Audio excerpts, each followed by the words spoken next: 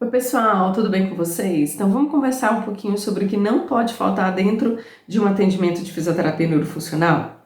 O que não pode faltar dentro de um atendimento de fisioterapia neurofuncional não é especificamente o uso de alguma técnica ou o uso de algum recurso. Quando a gente pensa, por exemplo, no uso da eletroterapia, da eletroestimulação, o FES, ele tem a sua função dentro da fisioterapia neurofuncional, dentro do atendimento do paciente com lesão neurológica?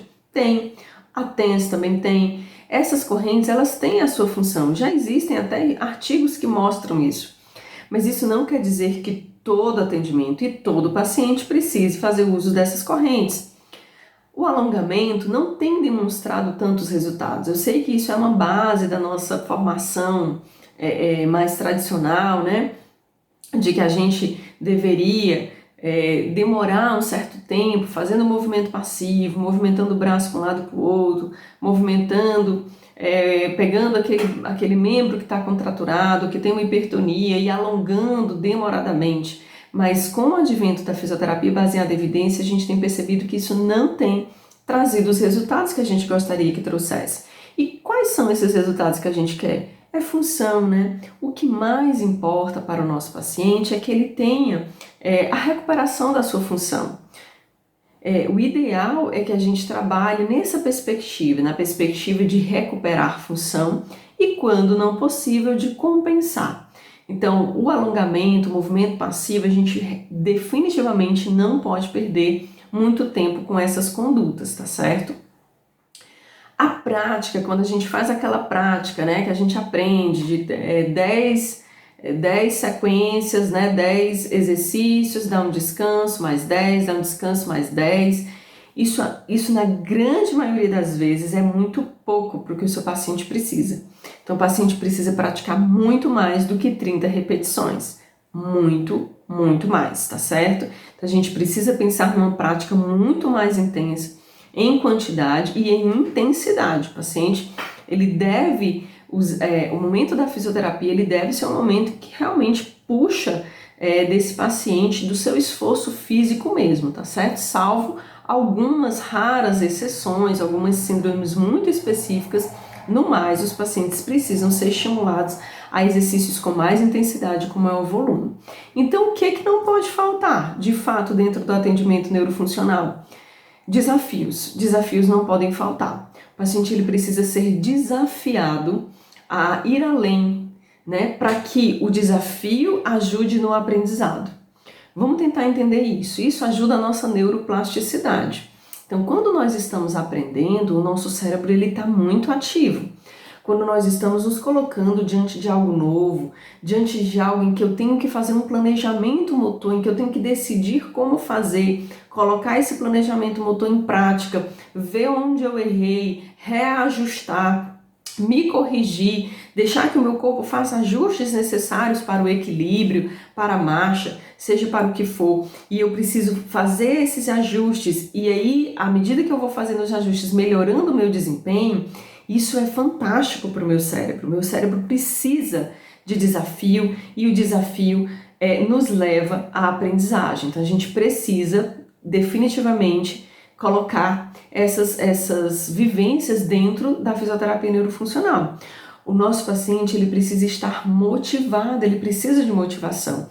E uma coisa que nos ajuda a nos motivar é recompensa. Então a gente precisa fazer algo desafiador, mas que ao mesmo tempo consiga envolver o paciente dentro daquela tarefa. Então, quanto mais funcional, quanto mais claro for o objetivo do que ele vai alcançar, né? Então, tem que estar claro na cabeça do paciente, eu preciso fazer isso para chegar nesse ponto aqui e aqui eu vou ter a recompensa vai ser o sucesso.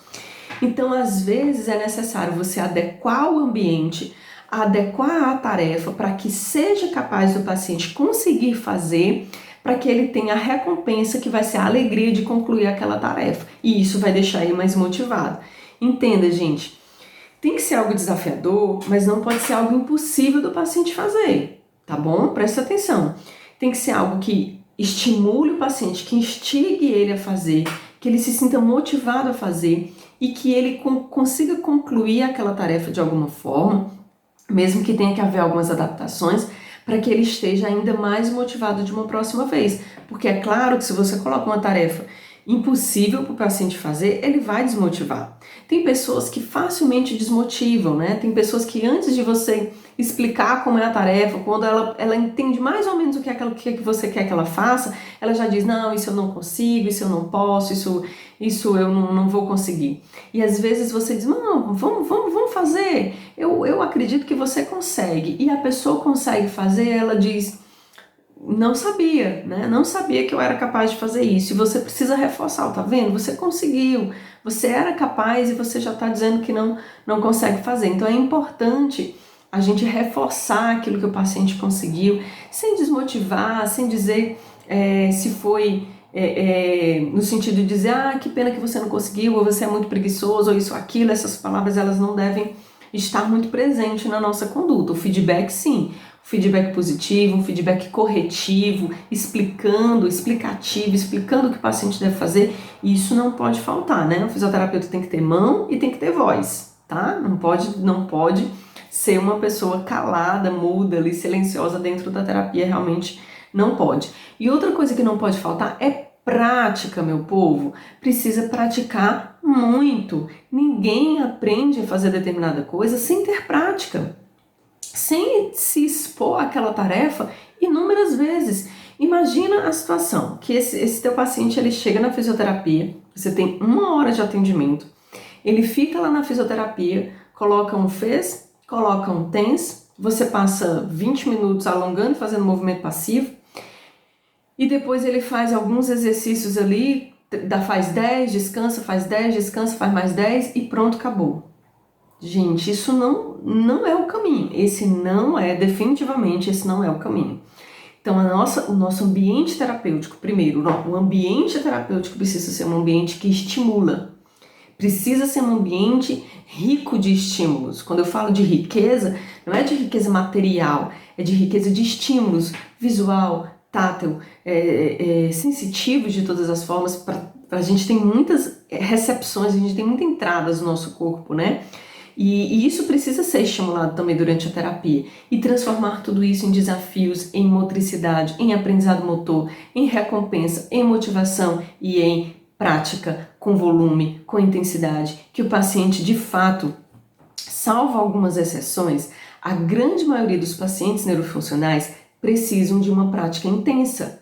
São raras as exceções que a pessoa não pode, por exemplo, uma pessoa com esclerose múltipla, ela não pode ser levada a um cansaço extremo, ela não pode ser levada a uma fadiga extrema. Isso piora a condição dela.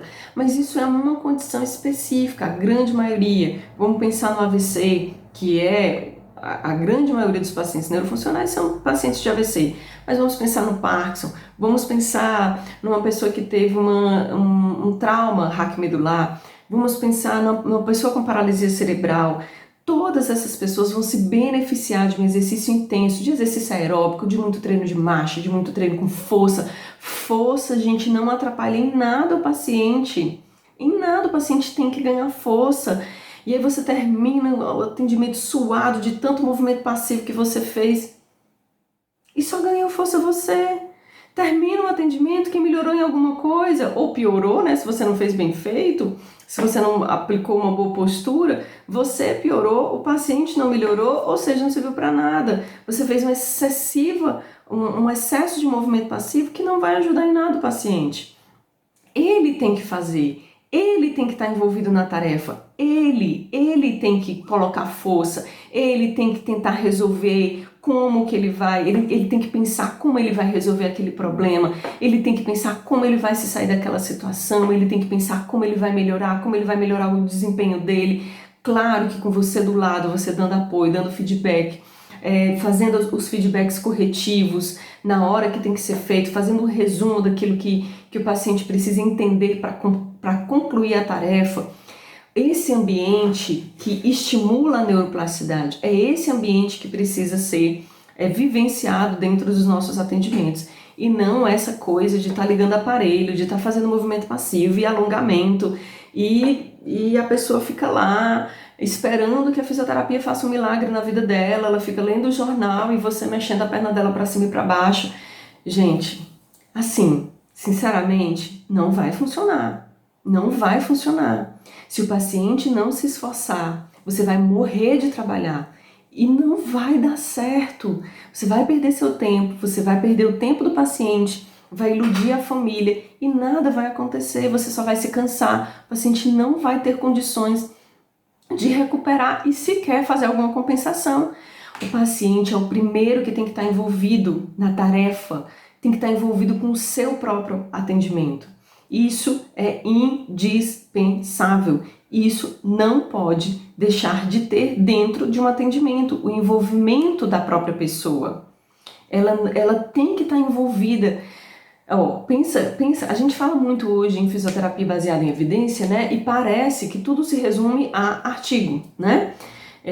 Quem não gosta, né, de prática baseada em evidência, parece que tudo se resume a artigo. Não, é porque é só os artigos, não sei o que, não sei o que. É um tripé. As pesquisas científicas, elas são extremamente necessárias para a gente não estar perdendo tempo, tá? E nem perdendo o tempo do paciente, sobretudo o tempo dele, né? Que ele é que tem mais urgência ainda. A nossa expertise conta. A nossa expertise conta. O tempo que você já trabalhou, o que você faz, a sua expertise de atender esses pacientes, isso conta. Isso precisa ser levado em consideração.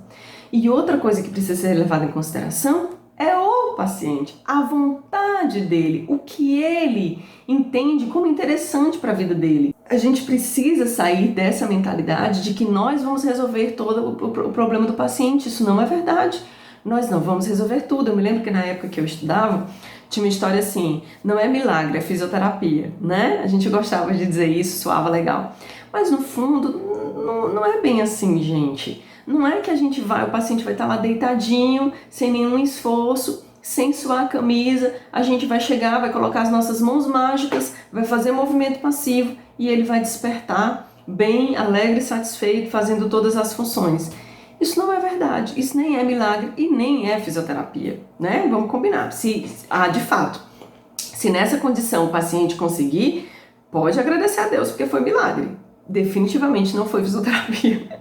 A fisioterapia precisa envolver o paciente. A gente precisa ter o paciente envolvido, tendo desafio, estando motivado, fazendo aprendizado, com muita prática e tendo recompensa daquilo que ele está fazendo. Tá bom, gente? Era isso que eu queria deixar para vocês já caminhando para o fim do ano de 2019 e acredito que esse seja o último vídeo do ano. Então já deixo aqui para vocês o meu desejo de que o próximo ano seja um ano muito rico de aprendizado, que a gente possa aprender mais, nos conectar mais com os nossos pacientes, que a gente possa discutir mais com outros colegas, que a gente possa de fato fazer valer, fazer acontecer a fisioterapia que a gente quer, que a gente almeja, né? Com toda com tudo aquilo que a gente já sabe que ela é, da potência que é a fisioterapia, que a gente precisa fazer chegar isso nas pessoas. Então, para vocês um feliz ano, um feliz 2020, e eu me despeço aqui com esse vídeo de final de ano, trazendo essa reflexão do que não pode faltar de forma alguma dentro de um atendimento neurofuncional, tá bom? Até uma próxima!